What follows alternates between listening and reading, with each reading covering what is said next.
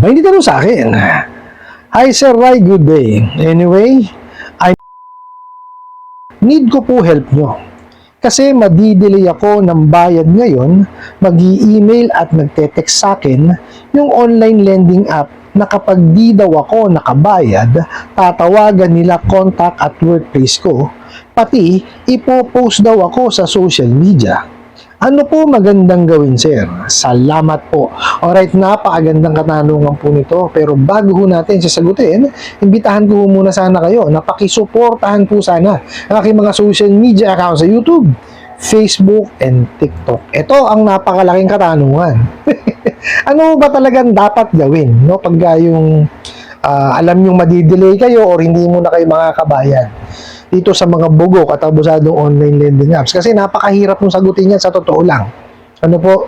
Pero susubukan ho natin siyang himayin para malaman natin ano ba yung mga po pwede natin gawin. Okay? Ito po. Sagutin natin ang inyong katanungan. Sabi nyo nga, kailangan nyo ng tulong ko. Sana nga po matulungan ko kayo. No? Kasi nga, madidelay kayo. Alam nyo madidelay kayo, no? O hindi pa kayo makakapagbayad dun sa due date. Tapos, nag-text na, nag-email yung online lending na kapag hindi kayo nagbayad, no, tatawagan nila yung contacts, no, pati yung workplace nyo, at hindi lang ho yun. Ipopost daw ho kayo sa social media. Okay. Unang-una po, no, sa dami ho ng ginagawa itong mga bugo katabusadong online lending apps, ito lang po talaga ang totoong sinasabi nila. Okay? Yung pong abusuhin kayo, iharas kayo, walang yaing kayo, no? Siraan kayo. Totoo po yan. Yan po yung pagtawag sa contacts, tototohanin nila yan. Kaya nga ho di ba, hiningan kayo ng access. No, nung nag-a-apply pa lang kayo. Kasi, kinuha na nilang collateral yun. Na sa oras ho, na sumablay kayo sa due date, actually, wala pa nga due date tatawagan na nila yung kinuha nila or ninakaw nila na contact list dun sa contact details ninyo. Ganun ho kawalang yayang mga yan. Hindi lang po yan yung nasa contact list ninyo pati po yung call logs. Kaya huwag kayong magtataka kung kahit na wala sa phone book po ninyo, no, natatawagan yung mga yan. Totoo po yan. Siguro pati yung yung nagdi-deliver sa inyo ng ng ulam, nagdi-deliver sa inyo ng parcel, matatawagan at matatawagan yun at mabibigyan ng message. Kasi pati call logs, totoo po yan. Pati ho yung yung mga messages ng ng mga numbers lang, pati ho yun. No, mag-message sila doon. Ganyan ho kawalang yayang mga yan. Kasi ang adihikain ho nila, no, ang gusto lang nila, maipahiya nila kayo. No, dun sa mga nakakakilala sa inyo. Okay? So, tama yung sinabi nila yun, gagawin nila yun. Ito pa, workplace. Totoo po yan. Pagka ho yan, yung workplace po ninyo, no, is may website, or di kaya merong social media. Ayan. Sisiraan na kayo na sisiraan niya mga yan. Ganyan ka walang yayang mga yan.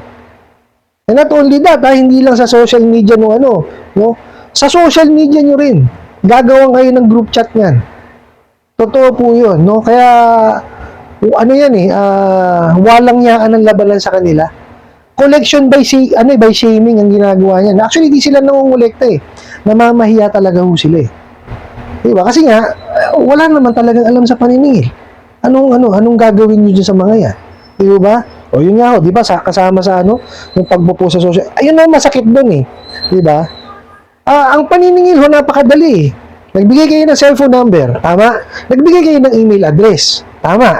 Binigay nyo yung address nyo. Kasi meron kayong ID binigay. Tsaka doon sa application, tinype nyo po, di ba, yung address po ninyo. Bakit ang paniningil nila, dadaanin nila sa social media? Dadaanin nila sa pananakot. Diba, tawagan kayo, kausapin kayong maayos. Ganun lang o kadali yun. Kung hindi kayo makontak, punta kayo sa bahay. Legal naman ho pagpunta sa bahay. Importante lamang po, no, pagka ito, makikipag-transaction kayo. Ito yan, Pagka yan, sisingilin kayo. No? Dapat po yan nasusunod nung nasa Prohibition on Unfair Debt Collection Practices. Inilista na po yung mga bawal. Okay? Inisa-isa na. Bawal mamahiya, bawal magpanggap, bawal mangharas, no, bawal ho tumawag ng mas maaga sa alas 6 ng umaga or mas late sa alas 10 ng gabi, no, sa mga inconvenienteng oras. So inilista na po Susundin na lamang po. Ito sa sobrang katangahan talaga. Itong mga bugo katabusadong online lending apps, no? Yung nakalistahan sinunod. O di alam na alam nyo, wala talaga. Wala talagang utak. Simple-simple ba? Nababasa naman ho. Di po ba? Lahat naman siguro tayo rito nakakaintindi ng English at Tagalog. O di ba? Dahil yan ho ang lingwahe natin dito sa Pilipinas. Bakit hindi nila maintindihan? O kung ano yung pinagbabawal yun na sinusunod. Di ba? Pinatutunayan, parang pinatutunayan nila na talagang matigas ang ulo nila. Matigas ang mukha nila. Di ba? Kalinaw-linaw, bawal yung ginagawa nila. Tapos yun ang gagawin. Sira ulo. Di po ba? Ngayon, tinatanong nyo po, no? Ano ba ang pwedeng gawin? No? Pagka na-delay kayo dito sa mga bugo katabusadong online lending apps. Okay. Ito po. Kung alam nyo na rin lang naman pala na kayo madidelay or di kaya di pa kayo makakapagbayad at alam nyo, no, ang ginagawang pang-aabuso nitong mga bugo katabusadong online lending apps na to, well, isa lang ho may papayo ko sa inyo. Magpakatatag ho kayo. Kasi lahat ho yung sinabi nila or yung inilagay nila diyan sa mensahe na yan, gagawin ho nila yan. Okay? Pangunahan nyo na ho. Lahat ho ng mga nasa contacts nyo, i-message nyo na. No? In advance, no? Na pag may na-receive silang tawag, SMS, no? Wag paniwalaan dahil kaano kayo nakahiram sa ganitong online lending apps, no? Hindi nyo naman kamo alam na ganito yung kanilang pamamaraan ng paniningil. Pangunahan nyo na ho. Okay? Tapos, pag may nakita ka yung post, nyo na lang, i-ignore nyo na lang kamo, huwag na lang kamo sagutin yung tawag, no? Excuse me po. Para ho, kahit papano, kumbaga sa sumaapuhap na kagad yung apoy, kumbaga ho sa sunog. Di po ba? Kasi ganyan talaga gagawin yan. Puro bugok nga eh. No? Talagang pakatatagbo kayo. Kasi wala hong ibang alam niya mga yan. Okay? Yan lang talaga gagawin niya, mga abuso. No? Hindi nga ho kasi marunong magpautang eh. Tignan niyo ho mag-a-advertise bali. Okay? Ngayon, pag nag-apply ka, hindi mo pa nga tapos yung pag-fill out doon sa application nila, padadalang ka na kagad ng pera. Pag nalaman, yung number mo is connected sa e-wallet. Di po ba? Hindi man lang kayo tinanong. O di ba? Na, ito lang ang na-approve sa'yo. Tatanggapin mo ba? Di ba? Wala man lang ganun eh. Dapat yan may offer eh. Di ba? Ito ho lang yan eh. Kasi meron, na nga ho tayo ngayon, di ba? Nasa internet age na tayo, di ba? High-tech na ho tayo. Kung wala man hong tatawag sa inyo, dapat yan may offer yan nakasulat. No, na-approve sa inyo is ganito ang halaga, tatanggapin niyo po ba? Pag in-accept niyo siya, tsaka ngayon lalabas yun. Yung amortization, yung interest, kailan yung due date, no? Kahit na sabihin mong hindi kayo tawagan. Okay, kung talagang fintech talaga ang nila, ang pinalalabas nila na pamamaraan nila na pagpapautang, wala problema. Kung nakasulat yan, wala namang problema eh. Masakit wala eh. Nakuha nyo na yung pera, binigay na sa inyo, dinisburse na sa inyo. Tsaka pa lang lalabas doon sa apps nila. Kung magkano ibabayaran. Di ba? Wala ka ng laban eh. After the fact eh, yun ang masakit eh. Di ba? Kung bago sana nangyari yun, di ba? Pinabasa muna sa inyo. O yan. In-accept nyo pa. Tapos. Laban. Kasi pag kinlik nyo yun yung click to accept eh.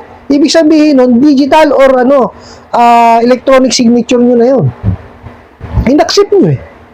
Di ba? Ang masakit hindi eh. Kaya hindi marunong magpautang eh. Di ba? Kasi yung yung sinasabi ko sa inyo yung The Truth in Lending Act. Yan eh, it applies na sasabihin at saka po babasahin. Okay? Dalawa kasi nga nasa digital age na tayo eh. High-tech na ho tayo ngayon eh. So, kung wala man hong tumawag sa inyo, dapat yan nakasulat, nababasa nyo muna.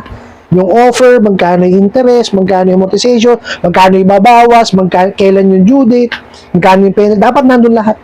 Fully disclosed. Pagka pumayag kayo, click nyo, accept nyo. Yun yung perma nyo. Pwede yun eh. Kaya lang wala talaga, hindi talaga sila marunong magpautang eh. Nakita nyo, mali advertisement, disburse agad, walang offer, diba? Hindi fully disclosed, taas ng interest rate. Pag hindi ka nakabayad ng kamote, eto na. Katakot-takot na harassment na gagawin. Di po ba? Oh. At not only that, nanakawan pa kayo ng detalye nyo, which is napakasakit nun para sa isang tao dahil sarili mo detalye yun eh. Eh paano kung gamitin sa kawalangyaan, di ba? Nadamay ka pa. Napakahirap kayang magpaliwanag. Oh. Hindi mo ba kayo nagtataka dyan sa mga yan, ha? Tingnan nyo, ha? Kasi may mga comments ako nare-receive. Oh. First loan, na-approve sila, bayad. Second loan, hindi na sila bibigyan. Hindi hani ho. No, wala man lang nag-re-apply kayo, loan kayo. Wala man lang abiso na hindi ho kayo qualified na sa loan. Walang ganun. O di kaya, wala man lang tao na hindi ho kayo qualified na sa loan. Walang ganun. Hindi kayo nagtataka. Kasi pinabinggo lang kayo yan. Kinuha lang kayo ng detalye. O, anong gagawin? Ibebenta yun. Yan ho ang hanap buhay niya mga bugok na yan. Bukod ho sa maghugas ng pera, yung pagnanakaw ng detalye, dyan sila kumikita. O. Kasi kung talagang lending, talagang hanap buhay niyan, hindi ganyan maningil yan. Totoo po yan. O. Inobserbahan ko ho kasi kung yan talaga yung pautangan, di ba? Hindi ho ganyan eh. Hindi mangwawalang yaya kasi naglabas ka ng pera eh. Paano ba? Balik mawawalang yaya may tao. Di ba? O, tapos na first loan, bibigyan. Nakabayad ng maayos naman. O, na-delay man ng 2 araw. Tapos hindi na pare-reloanin. Ni wala man lang di ba? So, nakakapagtaka. Ano talaga hanap buhay? Di ba? Magnakaw ng detalye, tsaka magugas ng pera. O, yun lang ho, hanap buhay ng mga bugok na yan. No? Kaya kayo po mag-iingat. No, kung yan, alam niyo na rin lang na talagang hindi kayo makakabayad o madidelay kayo, tatagan niyo po sarili po ninyo. Talagang katakot-takot na kawalang yan gagawin sa inyo yan. Pero, habang habang nandun kayo sa transition transition na yun, pag-ipunan niyo po siya para mabayaran niyo. Kasi, pagka hindi nyo binayaran, talagang napakahabang panahon kayong aabusuhin yan. Ang masakit dyan, kung yan submitting entity pa ng CIC. O di magkakaroon kayo ngayon ng hindi magandang basic information sa kanila. Ito ba? So yun nyo na lang pag sumikapan nyo na mabayaran nyo para hindi na kayo maabuso at hindi na madamay yung ibang tao dyan sa panghihiram nyo sa mga bugo katabusadong online lending apps na yan. I hope nasagot ko po itong katanungan na to at sana po yung makatulong. Maraming salamat po sa inyong walang sawang pagsuporta at panonood sa aking mga videos. Maraming salamat po sa inyong pag-like, pag-share, pag-comment at pagtatanong. And kunin ko na rin po itong opportunity na to na imbitahan po sana kayo na pakisuportahan po sana ang aking mga social media account sa YouTube, Facebook, and TikTok. Hanggang sa muli po, yun lang.